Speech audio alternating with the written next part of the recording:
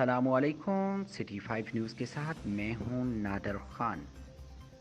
جڑوالا سے خبر شامل کرتے ہیں میاں ذیشان کی اس رپورٹ میں۔ انجمن تاجر اتحاد کے زیر اہتمام بجلی، گیس و پیٹرولیم مصنوعات میں اضافے کے خلاف احتجاج۔ سینکڑوں تاجر اور شہریوں کی بجلی بلوں میں اضافی ٹیکس کی بھی شدید مذمت۔ کورونا کی چکی میں پسنے والے تاجروں پر حکومت ٹیکس کے بم گرا رہی ہے۔ صدر شیخ عبدالغفار، اراکین صوبائی و قومی اسمبلی نے تاجروں اور عام آدمی کو مہنگائی کے رحم و کرم پر چھوڑ رکھا ہے۔ جنرل سیکرٹری سمیر علی کا کہنا تھا کہ بجلی بلوں میں اضافی ٹیکس فوری واپس لیے جائیں۔